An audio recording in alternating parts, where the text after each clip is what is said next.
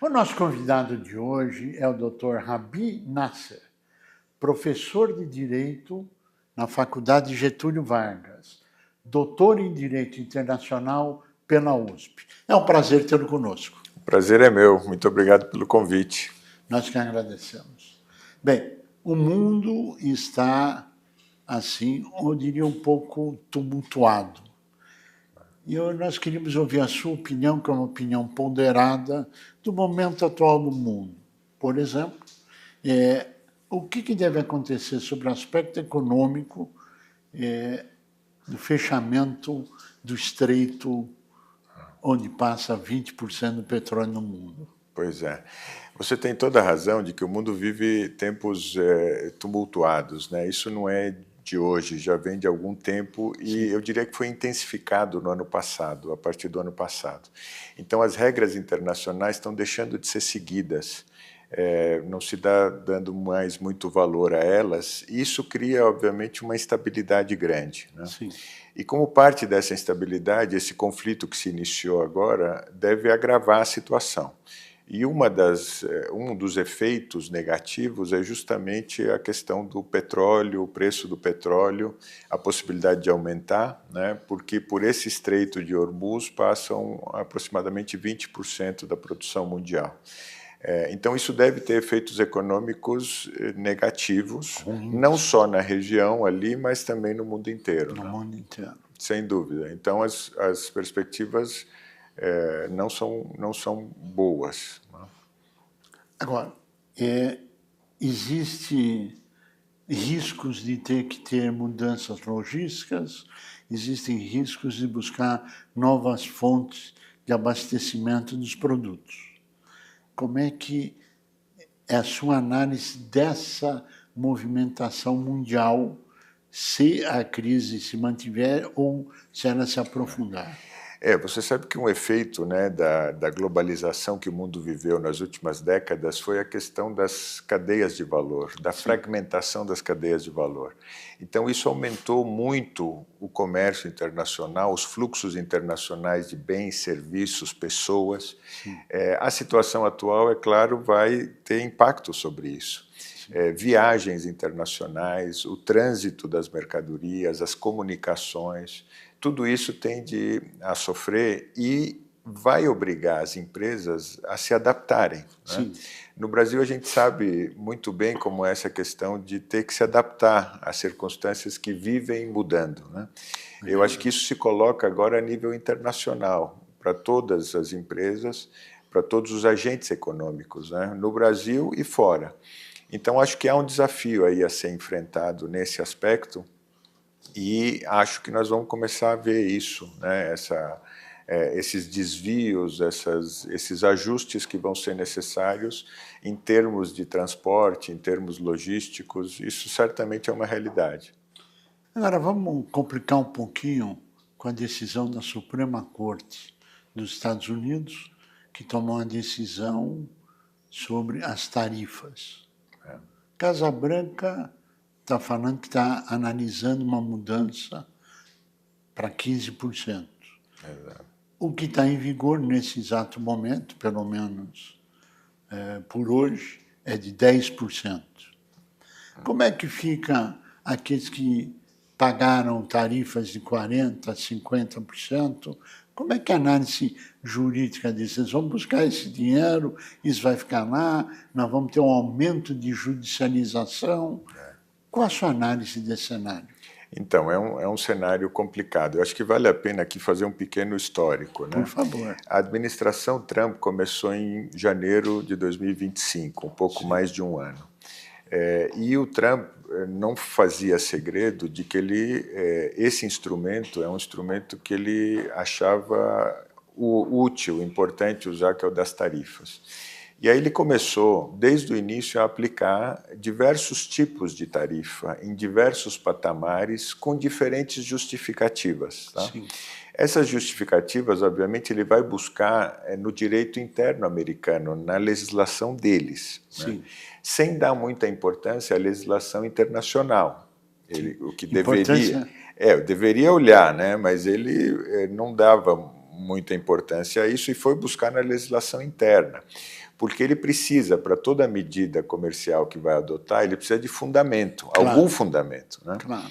Então ele foi buscar justificativas em diferentes instrumentos. Um deles é uma lei de 1974 que dá poderes ao presidente de adotar medidas comerciais emergenciais em tempos de emergência, não é? Então ele recorreu a esse fundamento para uma parte dessas medidas. Sim. Outras medidas foram adotadas com base em outros fundamentos, como, por exemplo, segurança nacional. Não é? Desde o início, os importadores americanos, né, que são quem paga essas tarifas, porque há um erro conceitual aqui, né, de dizer que ele está aplicando sobre a China ou sobre o Brasil, mas o custo quem paga em termos imediatos é o importador. Sem né? dúvida. Como a gente sabe, é a mesma coisa quando alguém importa para o Brasil. Sem né? dúvida. Então, os importadores americanos que passaram a estar sujeitos a essa tarifa levaram a questão para as cortes americanas, Sim. como pode acontecer em relação a qualquer medida de governo. Não é? E eles foram questionar os fundamentos que estavam sendo utilizados. Sim. E aí essas ações foram analisadas e várias delas, inclusive, foram propostas não só por empresas, mas também por estados americanos, né, que se consideravam prejudicados por essas medidas. Isso passou na primeira instância, a segunda instância e chegou à Suprema Corte, esse questionamento. E a Suprema Corte decidiu agora que o presidente dos Estados Unidos não tinha poderes para aplicar tarifas de importação com base nessa lei. Então, todas as tarifas que tinham sido adotadas, ele teve que revogar no próprio dia 20 de fevereiro, na sexta-feira. Né? E tomou uma decisão revogando essas medidas. Entre elas estava a medida do tarifaço contra o Brasil, adotada em julho de 2025, que aplicou uma sobretaxa de 40% só sobre os produtos brasileiros. Né? Então, essa foi uma das medidas que foi revogada em função da decisão da Suprema Corte. Agora, um aspecto muito importante é aí o que acontece depois com o que foi pago. Né? As informações que a gente tem é de que aproximadamente 1.000 empresas já entraram com ações nos Estados Unidos para buscar o reembolso dos valores que elas pagaram. Não é? Porque quando a Suprema Corte diz, olha, este fundamento não vale, ela está dizendo que desde o início da aplicação isso é ilegal. Não é? Então, essas empresas estão buscando a devolução dos valores que elas pagaram, o que é um grande problema em termos de... Não só econômico, mas, enfim, vários problemas. De gestão disso e tal. Então, Agora, com essa mudança tarifária, significa que as importadoras, empresas importadoras dos Estados Unidos vão renegociar preços com o exportador brasileiro. Porque se ele tinha uma tarifa mais alta e abaixou, ele vai querer desconto, o que significa uma nova negociação. E quem estava isento passa a ter a obrigação de pagar os 10% que ele colocou. Como é que esse desarranjo econômico parece que vai ser uma tônica nos próximos meses, não só em função dos 10%, mas dos possíveis 15% e de possíveis aumentos em outras modalidades para ele alocar isso. Faz sentido isso? Faz sentido. Eu acho que a mensagem aqui é a instabilidade vai continuar. Ainda continua havendo uma imprevisibilidade. A questão que você mencionou é parte dessa imprevisibilidade, porque, por enquanto, aplicou essa tarifa de 10%, que veio, de certa forma, substituir essas que foram revogadas.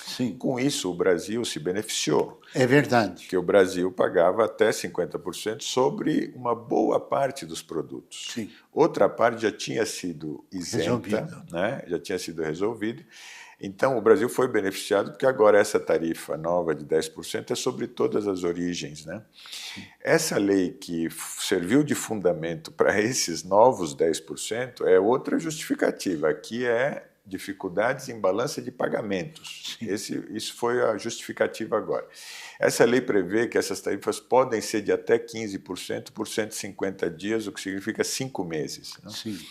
Então, não se sabe se vai para 15, se vai ficar em 10, se depois desses 150 dias isso vai ser renovado, porque precisa de aprovação do Congresso, se vai cair, não é? Mas eu te diria que o grande assim, efeito para exportadores brasileiros, eu acho que é reabrir a possibilidade de fazer negócios com os Estados Unidos. É uma oportunidade grande. Porque essa tarifa que tinha sido aplicada contra o Brasil, ela tinha impedido, tinha passado a impedir muitas vendas. Claro.